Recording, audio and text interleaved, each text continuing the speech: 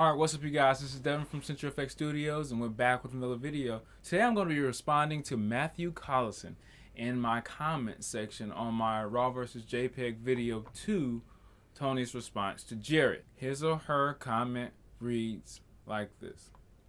Why would we want your response? The title implies Tony's. Hate this. Alright, so essentially he's talking about my JPEG, or she, I'm assuming he, but I'm not trying to offend you in any shape or form.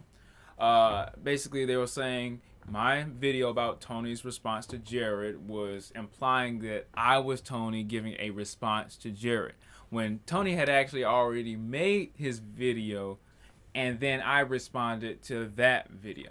Now, if you look at the JPEG or the thumbnail JPEG that I made, it'll say Raw vs. JPEG 2 or something like that. Well, it implies that there's a first video that you should actually go back and watch that I made. Now, typically when I'm looking at Tony's videos, I know it's Tony Northrup because it has Tony Northrup under the thumbnail title on YouTube. As a matter of fact, there's a lot of YouTubers that have intersecting titles and intersecting subjects that they're talking about. Now, granted, I'll give you, I did put Tony's response, so I did change that. I amended that in my last title of that video.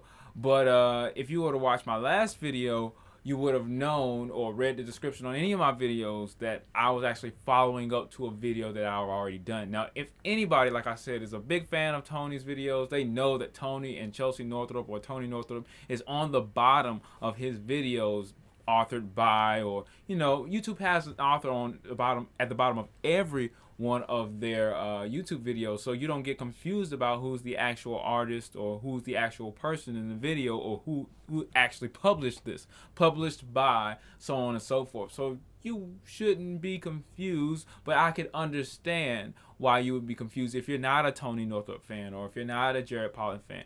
Jared Polin has Fro Knows Photo as his tag, so everybody knows that his branding is his work. Like I said again, the way it was phrased, it implied that I was Tony and I was talking about this, but that's not what I wanted people to understand.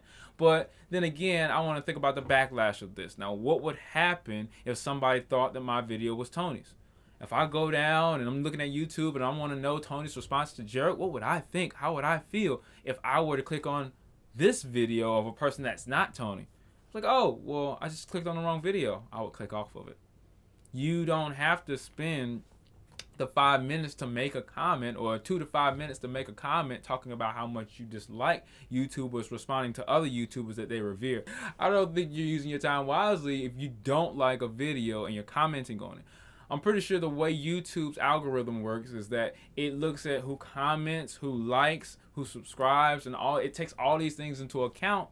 And when you are using the search algorithm, especially in advanced mode, you can see what people are discussing about this topic, so on and so forth. So the fact that you actually put the comment on my video, it actually helps my video. So, I mean, you could actually take it off. I don't really care. But I'm glad you watched the video at the end of the day. I'm glad you actually came to the video and commented it, because it actually gives it a little bit more boost in the way it's searched in the algorithm. I understand that this title might have came off as clickbaity, something to bait you into watching the video. YouTubers always have to weigh the way that they're using their integrity on the YouTube platform. I mean, you want to make a video that people are going to watch, or why else make a video, right? So you're gonna make a video that has a thumbnail that attracts attention, not just some random picture of something that nobody knows about. I want to make a a title or a title caption or something like that, a flyer of sorts, to get people, hey, look at this, look at this. I'm gonna make complementary colors. I'm gonna make bright colors, red colors, black colors, contrasty colors, to get people's attention to come here, because nobody knows me, like you said. Nobody knows me, so the implication is, why would somebody want to hear your response? Well, you don't know me, so I don't expect you to have, a bearing for who I am. I have to introduce myself to you. I have to garner your attention, So that's what thumbnails are for. Thumbnails are for the people to garner attention, so they'll understand what they're about to watch. Now, the title is a different story. Usually people don't get confused about the title. People usually have a problem with the ethics of the thumbnail. Tony had a problem with Jared's thumbnail that he used in his video about the RAW versus JPEG debate. There is a whole bunch of things you have to look out for when you're actually being a YouTuber.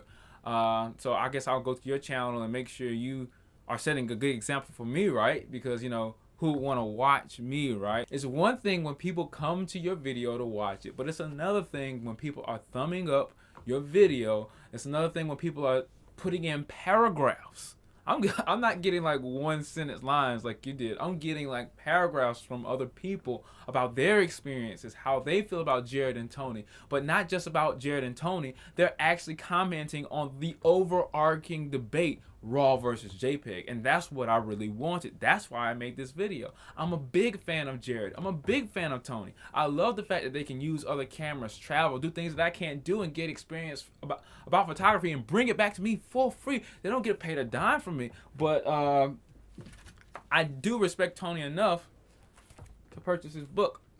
So Tony and Chelsea, by the way, I don't mean to forget you, Chelsea. So those are some of the reasons why I made this video, to pay homage to Tony Northrup and Chelsea Northrup, two people that over the past 4 to 5 years have put in a lot of work into helping me be a great photographer. And you might be saying, well, who would want to hear what you have to say? Well, maybe Tony, maybe Chelsea, maybe the people who actually spend all that money on their gear, equipment, time, travel to teach me.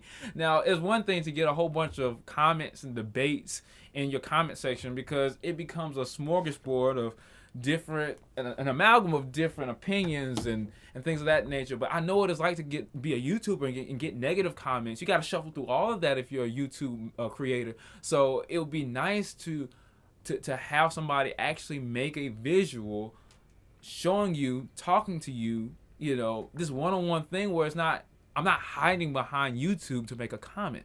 You see what I'm saying? I'm not, and if I want to speak about Jared versus Tony, two photographers that I look up to, who I watch videos, who I listen to, who I learn from, if they're arguing about something or debating about something, you know, Tony said he's not arguing about anything, let's clear that out. But if they're talking to each other or debating with one another about their opinion on something that's really, really big in photography, I want to say my word. I want to say my opinion, because maybe I'm not speaking for them. I'm speaking for the people who follow under them. At the end of the day, I wanted to give my response based off of all the responses from Tony Northrup and Jared Paulin. So if Jared comes back and says, oh, I want to repeat or I want to rebuttal what Tony said, then I would then make another response video.